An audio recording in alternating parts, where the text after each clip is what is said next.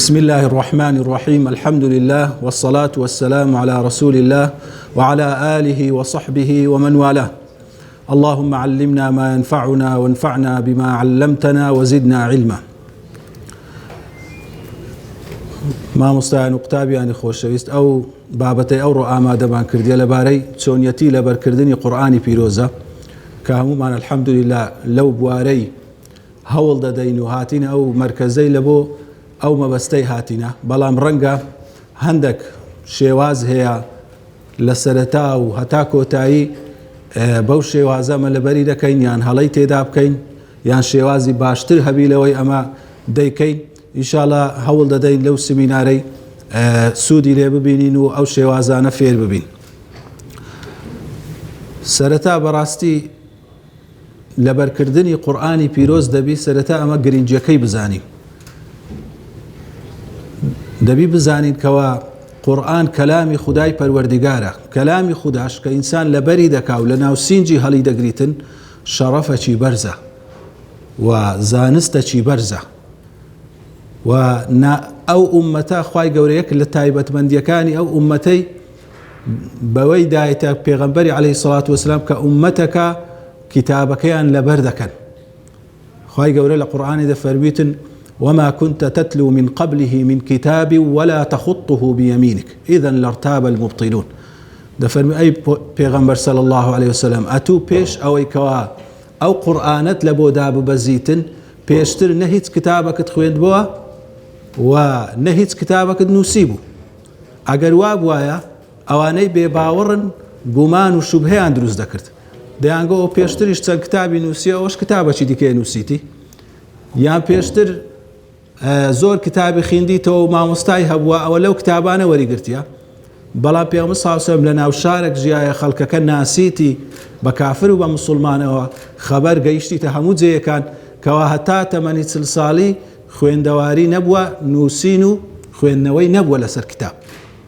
کە خوای گەورە ئەو قورئانە پڕ لە عیلم و زانستە لە بۆی دادەبەزێنیتن لە هەموو بوارەکانی ژیان ئەو پەڕی ڕێک و پێچی تێدایە، ئەو پەڕی ئیعجازە و ئەو پەڕی بەڵگەی ڕوونە لەسەرەوەی کەوا ئەو پێغەمبەرە لەلایەن ڕەب العالەمینەوە وەحی لێ دێتن و لە خۆیەوە نییە. ئەجا خوای گەورە لە ئایاتی پاشی دەفەرمی چێ بەل هو ئایات بەیینات فی صدور الذین ئوتوا العلم. بەڵکو ئەو قورئانە ئایاتێکی ڕوون و ئاشکرایە لە سینەی ئەو کەسانەی کەوا عیلمیان پێبەخشرایە. کەواتە خوای گەورە هەر وەکو چۆن ئەی پێغەمبەر عەلەیهی سەڵات وسەلام خستیە سینەی تو دەیخاتە سینەی ئەو کەسانەشی کەوا ئەهلی عیلمن و ئەو ئومەتە بەوەی دەناسرێتەوە کەوا ئەو قورئانەی بێجگە لەوەی بەنووسراو هەیە لە ناو سینجیشی هەڵی دەگریتن. هەتا لە چەندین ئەثەر لە تابعین و لە سەحابەش ڕیوایەت کرایە کە ئەوان لە کتێبی لە زانایانی ئەهلی کتابەوە وەریان گرتیە، لە کتێبەکانی ئەهلی کتاب هاتیە وصفی ئومەتی ئیسلامی دەکاتن، وصفی ئومەتی پێغەمبەری دەکات صلی الله علیه وسلم. چ دەفەرمی ئەناجیلهم فی صدورهم، ئینجیلەکانیان لە ناو سینجیاندایە، مەبەستی کتابەکەیان لە ناو سینجیان هەڵی دەگرن. کەواتە خوای گەورە ئەوە یەکێک لە تایبەتمەندی و نیعمەتە لەگەر ئەو ئومەتەی کردیتی کەوا ئەو قورئانە ئەو ئومەتە لەبەری دەکا و دەشبینین ئەو موژدەیە کو بەڕاست گەڕا پاش 1400 ساڵیش ئێستا ئەو ئومەتەکە بە حیفظی کتابی خوای گەورە مەشهورە. بڕۆ ئەوە لە ناو ئومەتان و میلەتانی دیدە نییە، لە ناو نەسارا، لە ناو یەهود گەورەترین لێزانەکانیان زۆر زۆر دەگمەنە، ممچینە هەر نەبیتن بڵێ کاکە لەو بەرجی لە ئەو بەرجی تەورات یان ئینجیل یان زەبور یان هەر کتابەکی دیکە ئەگەر هەبیتن لە بەریان بی. بەڵام ئەو ئومەتەی دەبینی چەند بە بڵاوی لە ناو منداڵ و لە ناو ئافرەت و لە ناو پیا و لە ناو پیر و ئەو لەبەرکردنە بڵاویتەوە ئەوەش تایبەتمەندیەکە خوای گەورە بەخشیتی ئەو ئومەتەی. ئەو پێغەمبەر صلی الله علیه وسلم لە حەدیثێکی کە موسلیم ڕیوایەتی کردیە دەفەرمیتن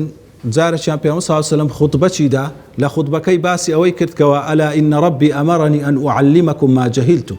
خوای گەورە ئەمری پێکردیمە کە چەندین شتتان فێر بکەم کەوا ئەم بۆ نایزانن.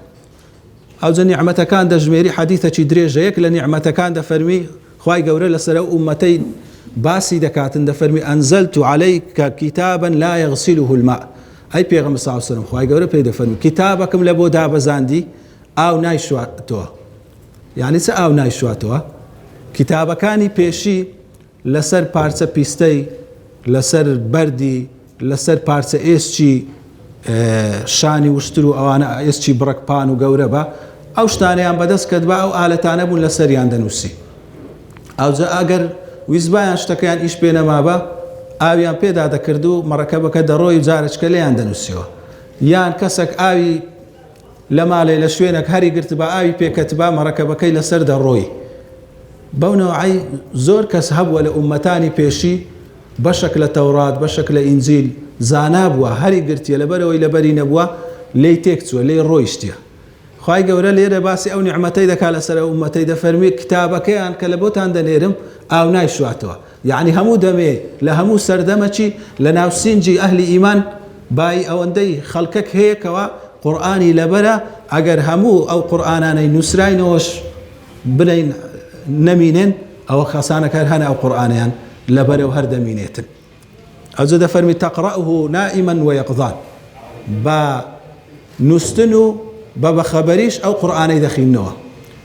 زانایان لە شەرحی ئەو حەدیثەی دەفەرمون مەبەستی چییە بە نووستن و بە خەبەری؟ یعنی لە حاڵەتی درێژبوون، لە حاڵەتی پاڵدانەوە، لە حاڵەتی ڕۆیشتن، لە حاڵەتی ئەستانەوە مەبەستی ئەوەیە نەک ناوخەوێ. مەبەستی ئەوەیە لە هەموو حاڵەتەکان چونکە کابرا لە ناو سینجیتی و لەبەری کردیە لە هەموو حاڵەتەکان دەیخینیتەوە. کەواتە ئەوەش نیعمەتەکە کە خوای گەورە بەواسطەی حیفظی قورئان دایتی ئەمە و ئەمە کە شوێنکەوتەیە ئومەتەینە دەبی لەسەر ئەو نیعمەتەی بەردەوام بین. لەبارەی لەبەرکردنی قورئان سێ هەنگاوی سەرەکی هەیە لە مەسەلەی لەبەرکردنی قورئانێ. هەنگاوی یەکەمیان پێش لەبەرکردن. پێش لەبەرکردنی قورئانی هەندێک شت پێویستە ئەمە هەمان بیتن. هەنگاوی دووەمیان لە کاتی لەبەرکردن ئەثناء الحفظ لە کاتی لەبەرکردنێ هەندێک شت هەیە پێویستە ڕەچاوی بکەین. هەنگاوی سێمیان لە پاشی لەبەرکردنێ لە دوای ئەوەی کە لەبەرمان کرد پێویستە چ بکەین ڕەچاوی چ بکەین. ئەمە ئینشاءالله بە گشتی باسی ئەو سێ هەنگاوانە دەکەین. پێش لەبەرکردنی قورئانی ئەمە پێویستە چ ئامادە بکەین ڕەچاوی چ بکەین؟ یەکەم خاڵ پێویستە ڕەچاوی ئیخلاص بکەین. نیەتمان ساف بکەین لە بەرخاتری خوای گەورە ئەو کارەی بکەین نەک لە بەرخاتری هیچ شتێکی دیکە. چونکە بەڕاستی ئەگەر لە بەرخاتری غەیری خوای گەورە بیتن لەسەریشی قەردار دەبیتەوە ئینسان. خوای گەورە پەنامان بدە و مان پارێزیتن کەوا هەم وەکو لە دنیاشت لە دەستدەچی و ئاخیرەتیش لە دەست دەچیتن. کەواتە ئیخلاص زۆر مهمە کە ئینسان لە بەرخاتری خودای گەورە و لە بەرخاتری ئەوەی کەلامی خودایە لە بەرخاتری هەندێ لەبەری بکاتن نەک لەبەر هیچ ناو و دەنگ و هیچ باسەچی. ئەوجا لەو مەسەلانەی ئیخلاص ئینسان ئەگەر فکر بکاتەوە لە خۆی بپرسی پێش ئەوەی کەوا دەست بە لەبەرکردنی بکە ئەمن لۆ دەمەوێت قورئان لەبەر بکەم. یعنی چ سوودەکی لێ دەبینم چ مەبەستەکەم لێ هەیە لەگەرە خۆی دابنیشیتن ئەو مەبەست و سوودانە بیر لێ بکاتەوە زۆر گرنگە. زۆر شت هەیە کەوا لە بۆت بە دیار بکەویتن بەڕاستی ئەو مەبەستە ئیخلاصت پێ دەبەخشی. هەندێک شت هەیە چین هەر بیریشمان لێ نەکردبیتەوە. ئێستا ئەو نیەتانەی دەتانین لە مێشتی خۆمان دابنین لە بۆ لەبەرکردنی قورئان یەک لەوانە بە نیەتی ئەوە لەبەر دەکەم قورئانی لە ئەوەی لە قورئانی نێزیک ببمەوە. لەبەرەوەی ئەو کەسەی قورئانی لەبەر دەکات لەبەرکردنەکەی و بەهۆی لەبەرکردنەکەی ناچار دەبی چەند جار بخینیتەوە چەند جار مراجعەی بکاتەوە لەکە مامۆستایەکی بیرێتەوە. ئەو هەموو خینەوە و مراجعەکردنەوە ئەتوو نێزیک دەکاتەوە لە قورئانێ. وەختی لەبەر دەکەی ئاەتێک سەرنجت ڕادەچێشی دەبی ئەو ئاەتە معنای چبی بەرەوە ئاەتەی دەچی. لە وەختی دەیخینیەوە ئاەتە کارت تێدەکاتن وانیا خۆ ئینسان کە دەیخینیتەوە ئەگەر هەموو ئاەتەکانیش هەندێک جار لەبیرت نەبی و مێشکت حازر نەبی بەس هەندێک جار هەر مێشکت حازرە هەندێک جار هەر فکر لێ دەکەیەوە هەندێک جار تەئسیری لە دڵت دەکاتن. کاتە بەو نیەتەی قورئان لەبەر دەکەم لە ئەوەی لە قورئان نێزیک بمەوە لە مانایەکانی قورئان لە عەمەل پێکردنی قورئان لە تێگەیشتن لە کەلامی خوای گەورە و تەدەبور تێداکردنی ئەوە یەک لە نیەتەکانە کە دەتانی ئینسان لە مێشتی خۆی دابنێتن. یەک لەوانەی دی لۆ ئەوەی لە حاڵەتی ناچاری ئەمن بتوانم ئەو قورئانە لە هەموو شوێنێک لەگەڵم بی لە هەموو کاتێک لەگەڵم بی. ئینسان لە ژیانی خۆی لۆی هەیە زۆر حاڵەتی بەسەر بێتن ئەمە نازانێ هەر لەو سەدەیەی لەو 100 ساڵی پێش ئێستا نەبوو تێ 100 ساڵ کە یەکێتی سۆڤێت لە هەندێک لە ئەو حکووماتانەی سەر بە یەکێتی سۆڤێت بوون مصحف ممنوع بوو کابرا لە ناو ماڵێش تەفتیشیان دەکرد ئەوی مصحفیان لێگربا ممکنە ئیعدامی لەسەر بە یان سز نەچێت تا ئەتای کابرا نەدەوێرا لە مارێ مصحفی دانێ ئەگەر کەسێک قورئانی حیفظ بە بە واسطەی ئەو حیفظی خۆ لە ناو دڵت نایەن دەربینە یان چەند کەس بەسەری هاتیەکەوە تووشی سزن بووە بە ساڵ داوای کردیە مصحفەکی لێو بینن مصحفیان لەو نەهینایە بەڵام ئەو کەسێکەوە ئەو قورئانی لە ناو دڵیدایە ئەوە لەگەر قورئانی خۆیتی و دەتانی بیخینیتەوە کەواتە ئەوە زۆر مهمە ئەو نیەتەی لێبینی خوایە ئەگەر ڕۆژێک دابێ ئەمن حاڵەتەکە لە ژیانم بەسەر بێ مصحفم بەدەست نەکەوی ئەو قورئانم لە ناو سینجی دابی لەو قورئانەی دوور نەبم ئەو یەک لە نیەتەکان بی ئینسان لە مێشتی خۆی دابنێ یەک لە نیەتەکان دەتانی برێ ئەگەر ئەمن لەبەرم بیتن ڕاستە ئێستا مصحف الحەمدوللا زۆرە لە مۆبایلیش هەیە دەرێ مۆبایل هەموو دەمێ لەگەر ئینسانیە بەڵام حالەتی وا هەیە ئەتو بەسەرت دێتن مۆبایلەکەت شەحنی تێدانەمە مەسەن لە سڕەی دکتۆرەچی لە شوێنێکی لە ڕێ دەڕۆی لە سایقی دەڕۆی کە ئەگەر لەبەرت بی لەو هەندێک حالەتەیە کە دەتانی قورئانی بخینی ئەگەر لەبەرت نەبی لەو حالەتانە نەدەتانی بخینی ئەو وەختانە ئیستیغلال دەکەی دەتانی قورئانی تێدا بخینی کاتێکەوە قورئانت لەبەرە یەک لە نیەتەکانی دی حجەت بە قووەت دەبی کەەوە نیەتێکی زۆر مهمە دەتوانی دعوە و بانگەوازی پێ بکەی ئەو کەسەی حافظی قورئان بی بەڵام بە تەئکید دەبی ئەو حفظەشی تێگەیشتن و فەهم و تەفسیریشی بای خۆی لەگەری هاتبیتن لەگەر حفظەکەی چت لێ دێتن وات لێ دێ کە ئەتوو تووشی مناقەشە دەبی لەگەر یەکەچی یەکسەر ئاەتت حازرە ئاەتەکەت لۆ دێ چونکە قورئانت حفظە ئەو کەسەی قورئانی حفظ نییە خۆ قورئانەکە هەر مصحفەکە لەوێ دەتانی بەس خۆ ناتانی بێ لە ئەوەلی تا ئاخری تەماشە کاتن بەحسەکی بکاتن داخوە چ ئاەتێک لەبارەی ئەو مۆزوعی هەیە تا ئەتۆ ئەو بەحسەی دەکەی مۆزوعەکە تازە کەون بوو ئەتۆ ئەو کاتێکەوە حازرە قسەکە ئەو کاتە ئاەتەکەت پێبی مهمە لێ ئەوە زۆر مهمە ئینسان کە لەگەر قورئانێ زۆر ژیە حجەتی پێدەبی دعوە بانگەوازی پێ دەکات لە جێیەکی دوو قسەی دەکاتن لۆی دەڕەخسێتن قورئانی پێ و دەتانی لە بۆ خەڵکی باز بکاتن ئەو نیەتانە چەندین نیەتی دیش ئینسان دەتانی لە دڵی خۆی دابنێ بێ خوددایە کە ئەمن قورئانی حفظ دەکەم ئەو مەبەستانەم هەیە کەواتە ئەوە یەکەمین خاڵ لە پێش ئەوەی کەوا دەست بە لەبەرکردنی قورئان بکەین دەبی ئیخلاسمان هەبی خاڵی دووەم دەبی عەزیمەتمان هەبی یعنی هیممەتمان هەبی ویستمان هەبی لەوەی ئیشەکەی بکەین هەر بۆندەی لێ نەگەڕێ بڕێ وەڵی هیوا و ئاواتم هەیە و بەتەمامە و دەمەوێ و حەزم لێ و بەڵام دەبی بیکەیە کردار بیکەیە عەمەل عەزیمەتت لەسەر هەبیتن خوای گەورە دەفەرمی ومن أراد الآخرة وسعى لها سعيها فأولئك كان سعيهم مشكورا أوي مبستي آخرت بي أو مبستكي هي دعاء دفرميته وسعى لها سعيها هولو كوششي لبو بكاتن هولو كوششي بدستيناني قيامتي بكاتن نكهر تمنى بكا هوا بخوازيتن كواتا إنسان براستي دبي هولو كوششيش بكاتن لباش أوي كوا هوا وحزي لبو دروز بو لبو لبركرني قرآنه پیغمبر صلی الله علیه وسلم دفرمي الكيس من دان نفسه وعمل لما بعد الموت كسي جير عاقل او كسيه كوا محاسبه خوي بكاتن سرزنشتي خوي بكاتن وكار بكاتن لبو باش مردني والعاجز من اتبع نفسه هواها وتمنى على الله الاماني كسي دسوسان تنبلش اويا كوا بشوين هوا وارزو خوي بكويتو هر امید و خۆزگان بخوازی بڕێ وەڵاهی بەتەمام ئەوها بکەم چەند ساڵ پێش ئێستا ویستم بکەم بەس نەمتانی بەس نازانم مەشغوڵ بووم لەبیرم چۆ شتێکم هاتە پێشی والحاصل بەرنامەی زۆرە بەڵام تەطبیقی نییە یان زۆر کەمە ئەوە بەڕاستی نیشانەی عاجزیە ئەویش بە چ دەبیتن لێرە پێغەمبەر صلی الله علیه وسلم ڕێو شوێنەکەی لە بۆ مەدانایە بە متابعە دەبی بە محاسبەکردنی خۆ دەبی کە ئەتوو خودتەچی دادەنێ دەرێ قورئانی لەبەر دەکەم دێم ئەلێرە لە دەستگای قورئانی لەبەر دەکەم لەکن مامۆستایەکی لەگەر کۆمەڵەشی لە هەر شوێنەشی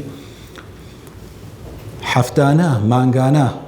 محاسبەی خۆت بکە یعنی وەکو بڕێ متابعەی بکە بزانە چەندت لەبەر کردیە چەند لەگەر ئەو بەرنامەی ڕۆیشتی پێویستە لەمە دوات چ بکەی کو خۆت باشتر بکەی ئەوانە وت لێ دەکاتن کە ئەتوو لەسەر ئەو بەرنامەیەی بەردەوام بی یعنی هەموو ئیشەکی ژیان هەموو هەدەفەک ئەگەر بتەوێت تحقیقی بکەیت دەبی لە متابعی دەست پێ بکەیت خوتەی دابنەی پاشان متابعی ئەو خوتەی بکەیت متابعی هەفتانە مانگانە ساڵانە چم کردیە چەند خەلەلم هەبووە دەبی خەلەلەکان کوچا بکەم ئەو متابعەیە ئینسانی بەردەوام دەکاتن ئەوە خاڵی دووەم کە لە پێش لەبەرکردن خاڵی سێم معنای ئاەتەکان هەتا بتوانین تێبگەین یعنی پێش ئەوەی ئەمن دەست پێ بکەم لاپەڕک لە قورئانی لەبەر بکەم هەتا بتوانم بۆها بخینمەوە قیراءەتەکی لەسەرخۆ کە لەگەر معنایەکان تێکەڵ ببم ئەوی لە معنای تێدەگا ئەوی لە معنای تێناگا هەوڵ بداتن تەفسیرەکی لەبارەی بخینیتەوە با تەفسیرەکی کورتیش بی ئەوە زۆر ئیستیفادەی لێ دەکاتن یان گوێ بدە تەفسیرەکی دەتانی بەگوێگرتن تەفسیر زۆرە بەگوێگرتن لە تەفسیری ئەو لاپەڕەیە ئەو ڕبعەیە کە بەتەمای پێشتر گوێ بدێ لەبەرەوەی کاتێکەوە مێشکت ڕەبت دەبی لەگەر معنایەکان زۆر باشتر و زووتر دەتوانی لەبەر بکەی و باشتر دەتانی مراجعی بکەیەوە طبعا ئەوە خاڵک لە بۆ لەبەرکردنێ خاڵی دووەم ئەتوو قورئانی لۆ لەبەر دەکەی هەر لۆ ئەوەیە دوایێ بتوانی لێی تێبگەی ولا پاش لێ تێگەیشتنەکەش عملی پێ بکەی کەواتە هەمووی مەرحەلە لە دوو مەرحەلەیە ئەگەر ئەتوو قورئان لەبەرکردن و تێگەیشتن لە قورئانت تێکەڵ کرد ئەوە دوو ئیشی مبارەکی زۆر گەورەت کردیە یعنی هەموو هەوڵدایە لە کتابی خوای گەورە بگەی هەم لەبەرکردنەکەشت کردیە یعنی ئینسان زۆر جاری شوێ دەبی بترسێ ئەگەر بەس خەریکی لەبەرکردنێبی بێ ئەوەی یان بەس خوێندنەوەی قورئانی بێ ئەوەی هیچ لەسەر مانایەکانی ڕاوەستی بێ ئەوەی هیچ تەأسیری لێ بکات دەبی بەڕاستی ئەوەش يعني زي مترسية لما خوای گەورە دەفەرمووە الذين إذا ذكروا بآيات ربهم لم يخروا عليها صما وعميانا ئەوانەی کاتێک ئاەتەکانیان بەیاد دەخرێتەوە بەکەڕ و بە کۆرەیی بەسەریدا ناڕۆن لۆیە ئینسان پێویستە هەمومان هەر پێ ناکرێ برێ وڵای هەرچی لەبەرم کرد هەمووی تەفسیرەکەی بە باشی دەزانم و معنایەکەی دەزانم ئەوە دەزانم ئەوە شتێکی زەحمەتە بەڵام بەشەشی هەتا پێمان دەکرێت دەتانین بزانین هەر نامانایە کوردیەکەی بزانین کە باسی چ دەکاتن ئەگە زۆر لە وردەکاریەکەش نەزانی خاڵی چارەم بە قیراءەتی صحیح بخینینەوە ئەوەش بەڕاستی گرنگە کە قورئانی پیرۆز دەخینینەوە پێشی ئەوەی لەبەر بکەین زۆر کەسێ بە غەڵەتی لەبەری دەکا و زۆر کەسێ ئەو غەڵەتەی کردیە لە تەجروبە ئێستا گەیشتیتە ئەوەی دەرێ بریا بە کاتی خۆی پێش ئەوەی لەبەر بکەم قیراءەکەم چاک کرد بە ئەوجا دەستم بە لەبەرکردنی کرد بە چونکە لەبەرکردن بە قیراءەی غەڵەت دوایێ مشکلەت لۆ دروست دەکاتن لەبەرکردنەکەشت تەشویشی لەسەر دروست دەبیتە تەشویش و قورئانیش بەخۆی ئەگەر بەڕێ چی بخیندرێتن مەخرەجەکان بە تەواوی بێن صفاتەکان حەقی حرفەکان بدەی حکمەکانی تەجوید پەیڕەو بکەی مەسەن ئیدغامی پەیڕەو بکەی وەکو برەی ئەوە چی خۆی هەیە سەجاعەکی خۆی هەیە ئاوازەکی خۆی هەیە لەو ئاوازە دەنگە کەوا لە قورئانێ دەیخینیەوە ئەو ئاوازە زۆر بەخۆشی لۆت دێ یعنی لە لەبەرکردنێشە تو ئیستیفادەی لێ دەکەی بەڵام کاتێک کە بە غەڵەتی دەخینیەوە یەکسەر ناڕێکی دروست دەبیتن ئەو ناڕێکیە تەئسیری لە مێشتی شت دەکات و حیفزی شت خراپ دەکاتن و هەر بەخۆشی بەڕاستی مەرحەلەی یەکەم ئینسان هەتا قیرائی تەواو نەبی حەقوانیە بچیتە سەر حیفظی چونکە ئەتوو جارێ ئیشە گرنگترەکەی بکە ئەوی لە پێشە ئەو زە دوای ئەوی دیکە بکە ئەوە هەنگاوی یەکەم بوو کە هەنگاوەکانی پێشی حفظکردنی ئەو شتانەمان هەبیتن لە ئەثنای حفظی لە کاتی حفظکردنی پێویستە ڕەچاوی چ بکەین خاڵی یەکەم کات و شوێنی گونجاو هەڵبژێرین کات و شوێنی گونجاو کە هەر کەسەی بەخۆی دەزانی لە چ کاتەچی لە چ شوێنەچی هەز دەکات تەرکیزی باشە لەبەرکردنی باشە با هەوڵدا ئەو کاتانە هەڵبژێری لە شوێن ئەو شوێنانەی کەوا زۆر مەشغوڵیەتی تێدابی ڕسمی تێدابی ژاوەژاوی تێدابی تەوان ئینسان تەرکیزی نابیت و ناتوانێت حفظ بکە ئەو کاتانەی کەوا زۆر ماندیبی لە پاشەوەی ڕۆژەکی پڕ ژاوەژاوت بەڕێ کردیە ئەو جەبێ ئاخیرەکەی بە تەماوی شەحنت و سۆر بووە چی ئەوکە لەو کاتێ قورآانی حفظ بکەی زۆر زەحمەتە لۆیە بەیانیان باشترین کاتە چونکە ئەو کاتە ئینسان لە فول تاقە و شەحنە بەڵام بە شەرتێکی کەسێک شەوێ نووسبی یعنی خۆی شەحن کردبییتەوە ئەو کەسێک تاخیر نووسبیتن سبینێ لەبەر خەوەی ئاگای لە خۆ نەبیتن ئەو ئیسفادە لە بەیانیان و بەرەکەتی بەیانیانەکەش ناکاتن ئەوزە هەڵبژاردننی کات و شوێن هەر کەسێک بەخۆی دەزانی هەوڵدا کات و شوێنەکی گونجاو لەو حیفدەکەی خۆی تەرخان بکاتن خاڵی دووەم هەوڵدا یەک مصحەفی بەکاربینی لە بۆ لەبەرکردنێ چونکە مێشک ڕسمی ئەو مصحەفەی دەگریتن ئەوەی ئەتوو کاتێکەوە حیفزەکەی دەرێەوە یەکسەر مصحەفەکە دێتەوە پێش چاوت ئەگەر هەر جارێ نەوع ڕەنگەک بی هەر جارێ نەوع خەتێک نووسرابی هەتا گچکەی و گەورەی جارێک مصحەفەکی زۆر گچکەبی جارێک مصحەفەکی زۆر گەورەبی یەکسەر مێشک تەشویشی دروست دەبیت ئەو تەشویشە حیفزەکەت لێ قورس دەکا لۆی هەوڵ بدە لەسەر یەک مصحەفی بی لە ڕووی حەجمیشەوە باشە حەجمەکی وەسەتی هەبی نە زۆر گەورەبی نە زۆر گچکەبی چونکە حەجمی زۆر گچکەش زۆر کەس هەیە لەبەرەوەی لە دەرێ و لە شوێنی کار و لەو جیانە مصحەفی زۆر گچکە لەسەر لەبەر دەکا مصحەفی زۆر گچکەش لەبەر وردیەکەی دیسان لە مێشتی ئالۆزی پەیدا دەکاتن یعنی ئەو خاڵەی وەکو برێت تێدا هەیە کە سلبیە ئەگەر حەجمی زۆر گچکە بیتن هەوجە هەر کەسەی بەخۆشی دەزانی بەڵام گرنگ ئەوەیەکەوە هەتا بکرێ لەسەر یەک مصحەفی بیتن چۆنیەتی لەبەرکردنەکەش کو لەبەر بکەین طبعا زۆر ڕێگا هەیە زۆر شێواز باز دەکرێتن هەر کەسەی بەخۆی شێوازەکی پێ تاقی کرایەوە بەڵام ئەو شێوازە گشتیەی کە زۆر لە حافظەکان باسییان کردیە و زۆر باز دەکرێت تقریبن ئەو شێوازە گشتیەی باز دەکەم ئەتوو کە دەی لاپەڕەکی قورئانی لەبەر دەکەی مثلا لاپەڕەی یەکەمی بەقەڕەی کە هەڵدەدەیەوە ئین الذین کەفەڕوا سەواء عەلەیهم ئەئەنذەرتەهم ئەم لەم تونذرهم لا یؤمنون ئەو ئاەتەی کە دەخینیەوە هەر کەسەی بە گوێرەی توانای حیفظی خۆی لایانی کەم 10 20 هەتا 50 هەتا 100 ئەو ئاەتەی بخینەوە بەڵام کو إن الذين كفروا سواء عليهم أأنذرتهم أم لم تنذرهم لا يؤمنون ختمة كلمة باشويش لقرب خينوها كلمة باشوي بحركوش نكبري ختم چونکە بەخۆی لە ئەسلی قراءەی قورئانی دەبی ئەگەر لە زەیەکی ڕاوەستای حرەکەی نەڕێی بەڵام ئەلێرە ئەو مەسەلمان تعلیمیە خوێندنەوە نیە لە بۆ خوێندنەوەی خەڵکی لۆ لەبەرەوەی ئەو ختەمە ئەوەت لە مێشتی دروست دەکاتن کە لە پاشەوی هەیە نەک شوێنی ڕاوەستانی بی ختم الله على قلوبهم وعلى سمعهم وعلى أبصارهم غشاوة ولهم عذاب عظيم ومن الناس عذاب عظيم ومن الناس أو كشي بدي عذاب عظيم ومن الناس بو نوعي مثلا أو لا برا هتا يكل سرسي لا بركي هتا يكل سرسي لا بركي هر آياتي بيزار سيزار هتا دزاني تواو لبرد كرديا بخينوا آياتك حرفي كلمة يكمي آياتي باشي شي لقربي هتا يكل سرسي قرآني يكل سرسي أو لا بري حفظ كي لا يكل سرسي دوم يعني لا بري بكسيبش لبشي دوم تنزار دزار بيزار سيزار هر کەسەی بە پێی توانای خۆی بەشی یەکەمیشی لەگەر بخینەوە لە بەشی سێم کە لاپەڕەکەت کردە سێ بەش ئەویش عینەن ئاەت لەبەر دەکەی پاشان پێکەوە لەگەر دوو بەشەکەیدی هەموو لاپەڕەکە پێکەوە چەند جار دەجار بیستجار سیجار پەنجاجار دووبارەی دەکەی و بەو نوعی ئەو لاپەڕێ زۆر بە باشی حیفظ دەکەی ئەو جارە کە لاپەڕەکەت پێکەوە کرد کەلیمەی ئاخیری لاپەڕەی پاشیش لەگەر بخیرەوە یعنی هەر جارێکەوە مراجعەی لاپەڕەکەی هەموو دەرێەوە گۆتنەوەکە با کەلیمەی لاپەڕەی پاشیشی لەگەر دابیتن لۆ یەکسەر لاپەڕەی پاشیش لە بۆ بێتن ئەوە یعنی یەک لە مامۆستایان بەحسی لەسەر کردێ لە زۆر قاریئەکان هەتا لە قاریئە میسریە مەشهورەکان لە قاریئەکانی کەوا پێشنوێژی حەرەم دەکەن وەکو برێ ئەوە چی کردیە ئیحساییەکی کردیە پرسیاری کردیە گەیشت بۆ ئەو نەتیجەیە کە ئەو شێوازەکی زۆر باشە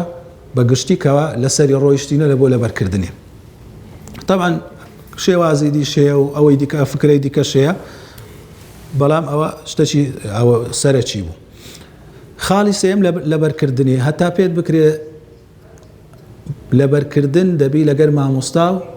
لەگەر مەجموعەچی بی چونکە بەڕاستی ئینسان بەتەنێ بێهێزە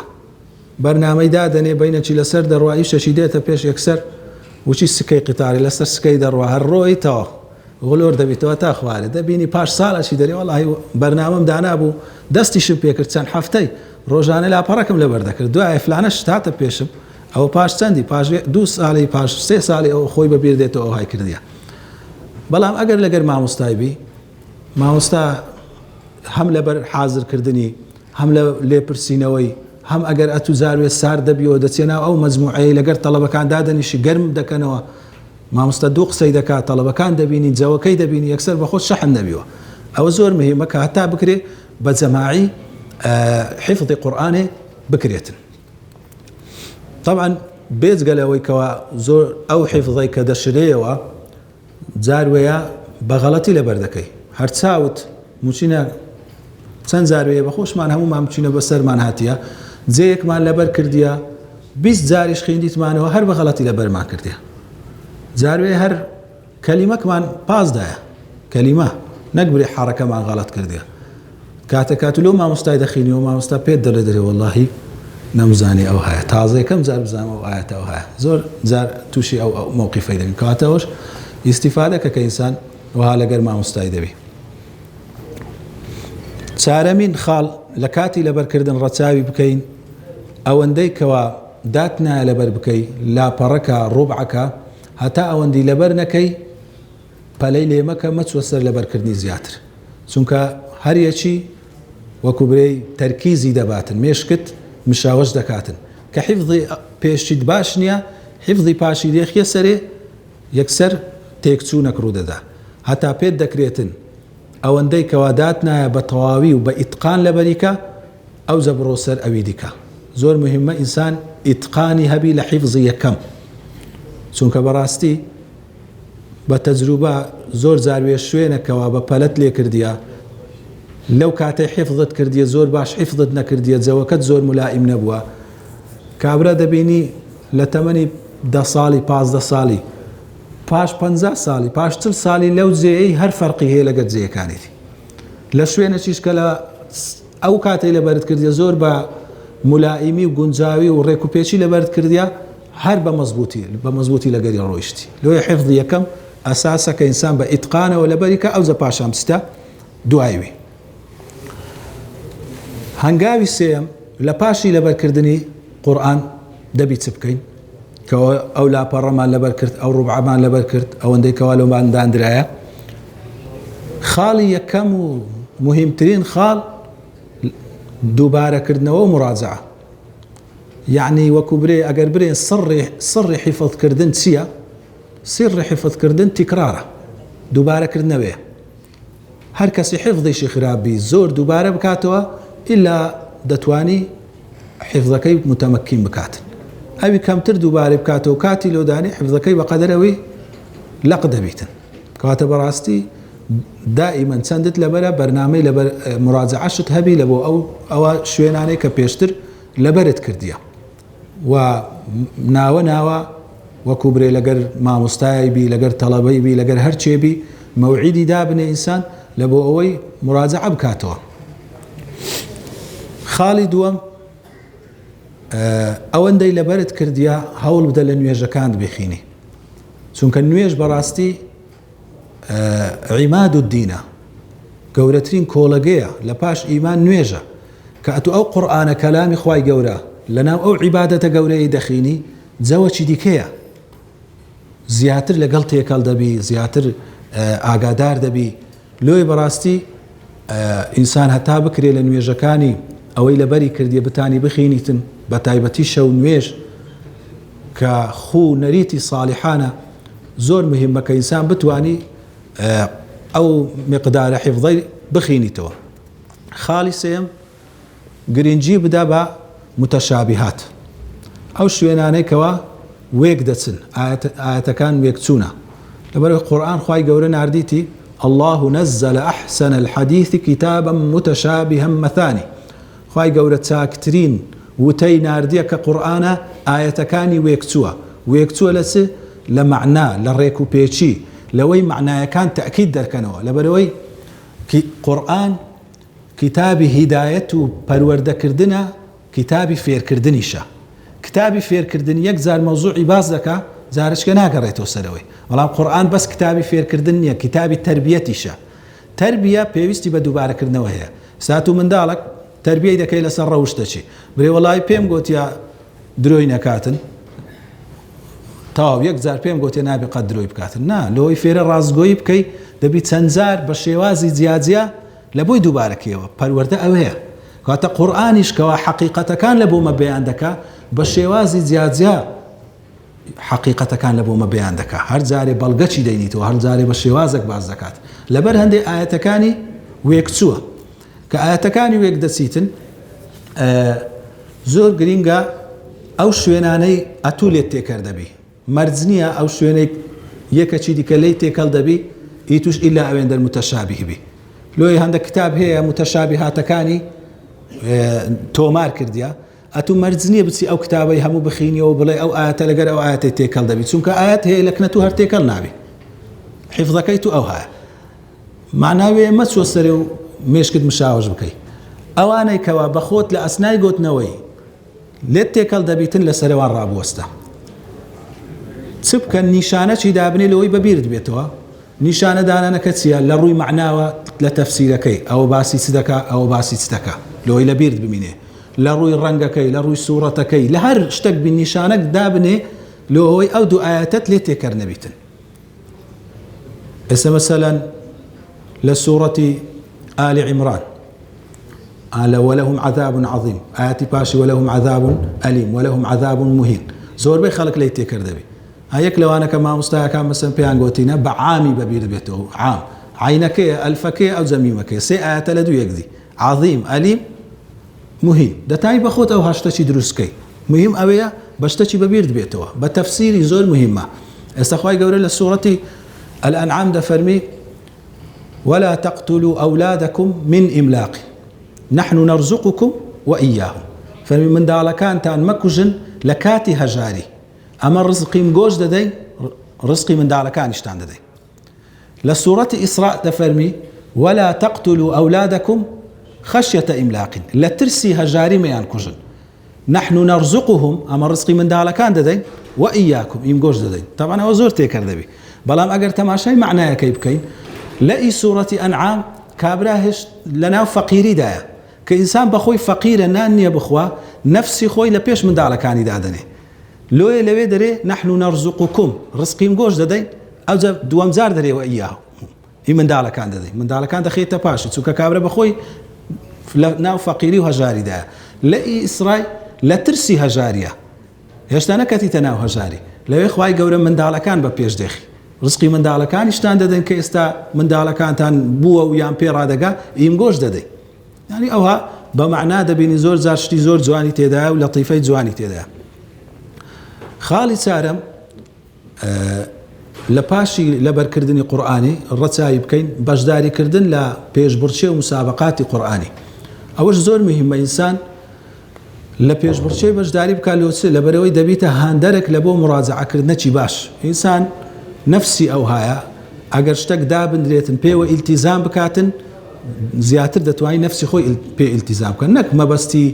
ناو بیتن، خوانە خواستەیان مەبەستی هەدیەکە بیتن، بەڵکو لەبەر هەندێ بەشداری بکاتن کە بڕێ ئەمن ئیستیفادە دەکەم. خواگەر ئەتوو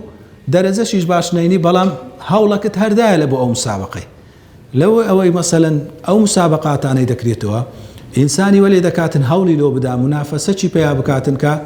منافەسەکی شەریف بیتن. وفي ذلك فليتنافس المتنافسون. کاتە منافەسە لەسەر قورئان و لەسەر چاک خوێندنەوەی باشترین شتەکە ئینسان هەوڵی لە بۆ بداتن، مادام مەبەستی پێ ئەوە بیتن کەوا حیفزەکەی چاک بکە. ئەوە بەگشتی ئەو خاڵانە بوون کەوا هەنگاوەکانی پێشی ولا کاتی لەبەرکردن ولا دوای لەبەرکردن. آخر شت کە دەمەوێت باسی بکەم بەڕاستی لەبەرکردنی قورئان یەکێک لە ئەرکەکانە کە ئەمە لە بەرامبەر قورئان هەیتمان. یعنی تاکە شت نییە، ئەمە کوی قورئان لەبەر دەکەین، پێشتر فێربوون ئەرکەکە، خوێندنەوەی ئەرکەکە، گوێگرتنی لەبەرکردنی، ئەوجا دەچێت سەرتر تێگەیشتنی، تەدەبور تێداکردنی، ئەوجا بەرووبوومەکەی کە بریتە لە عەمەل پێکردنی. ئەگەر عەمەلەکەی لێنێتە دی وەکو کەسێکی بەسەردار خورمایەکی سەر بکەوی ئەو هەنگاوانە ببڕی خۆی مادی بکات دوایە بەروبوومی لێ نەکاتەوە کەواتە ئەوانە هەمووی پێکەوە ئەرچی مێ لە بەرامبەر قورئانی دەوی پێکەوە ڕەچاوی بکەین و بەڕاستی ئەگەر ئەو ئەرکانشمان ڕەچاو کردو لە قورئان نێزیک بووینەوە بە هەموو لایەنەکانی خوای گەورە زۆر ڕێزی گەورەمان لێ دەنێ یەک لە گەورەترین ڕێزەکان ئەوەیە کە ئەمە دەبینە سەحابەی قورئانێ چینە شتێکی سەیر بی سەحابەی قورئانێ هەیە بەڵێ پێغەمبەر صلی الله علیه وسلم لە ژیانی خۆی ئەو کەسانەی بکەوە بوونە سەحابەی قورئان و بوونە هاوڵی پێغەمبەری ئەوانە سەحابەی پێغەمبەر و پلەیان تایبەتە بەڵام پلە تایبەتە چی دیکەش هەیە کە پێغەمبەر صلی الله علیه وسلم لە چەندان حەدیث باسییان دەکا ئەو کەسانەی کە هاوڕێی قورئانینە صاحبی قورئانینە کەوا ئەوەش زۆر مهمە ئەگەر ئەمە نەمانتوانی بگەینە ئەو دەرەجەی ئەوە تایبەت بوو خوای گەورە بەخۆی دەزانی چێ شایستەیە بەڵام با خۆمان هەوڵ بدەین شایستە بین لەوەی سەحابەی قورئانێ بین يقال لصاحب القرآن بهاوري قرآن دقوتري قرآن شفاعت دكا لبو هاوريكي أو حديثا كمجدتي زور خوشي تدا پیغمبر صلى الله عليه وسلم دفرميتن إن القرآن يلقى صاحبه يوم القيامة حين ينشق عنه قبره كالرجل الشاحب دفرمي قرآن لو وقت إنسان لقبر ديت دري لو قيامته دقات بروروي أو كسيد بيتو كهاوليتي خين ديتي لقري نيزيل وكاري بيكردي هم أوانا دقريتو وكو كسچی کوا رنجی گۆڕایە و شەکەتە زانایان دەفەرموو لە شەرحی ئەو حەدیثەی کو ئەتوو لە دنیایە شەکەت بووی لە پێناو قورئانی قورئانیش لە وەختی خۆی وا پیشان دەدا کە ئەمن شەکەتم و هەوڵ دەدەم لە بۆ ئەوەی ئەتوو ڕزگار بکەم لەو مەوقیفە ناخۆشەی عینن مقابل بە مقابل چونکە ئەتوو لەوەی ماندی بووی ئەویش ئەو ڕۆژی خوای گەورە وەها دەیهینتە شێوەی وا کەوا ماندیە لە بۆ تو فيقول له هل تعرفني بيد لي أريد ناسي فيقول ما أعرفك كابرا درينات ناس فيقول أنا صاحبك القرآن دري من هاوريكتم قرآن أظمأتك في الهواجر وأسهرت ليلك بروجي قرما أتم تيني كرديا لزور خوين نوا لكار بي كردن لهمو أوشتاني كوابي وماندي بوي واروا هالشوش شون خونيت كرديا وإن كل تاجر من وراء تجارته وأنا لك اليوم وراء كل تجارة هم تاجر تشك تجارتي دكا دعاية تاورواني قازان زي تجارتك دكا أتو أورو لمن تاوري قازان زكيبك كوا ورد قديوه وأنا لك اليوم وراء كل تجارة فيعطى الملك بيمينه والخلد بشماله ملكي ددريت دستراستي ملكي بهشتي يعني بي دري أو ملكي بهشتي أو اندلوتو وخلد هميشه يشي ددريته ويوضع على رأسه تاج الوقار تازي ريزو شكوي لسري دندري لأنه خلشي دناسريته ولو موقفي أو أهل قرآن تازي تايبتي لسرة ويكسى والداه حلتين لا تقوم لهما أهل الدنيا داكو بابيشت نقهر بخوي دفرمي داكو بابيشي زلكتش الرازاويان لبرد كريتن كواهر همو دنيا ناتواني مقابلي أو زلكي بيتن فيقولان بما كسينا هذا فيقال لهما بأخذ ولدكم القرآن أو زاد برسن درين أو زلك الرازاو بس لبر ماكر درين لبروي كوا من دالكتا قرآن خينت كواتا ليرة لو ما بديار دكوي وكوزانا عند فرمون آخر قصة لبر كردني قرآن ساكا كردنا لقرداك بابش يك لبر الوالدين وصلى الله على نبينا محمد وعلى آله وصحبه وسلم.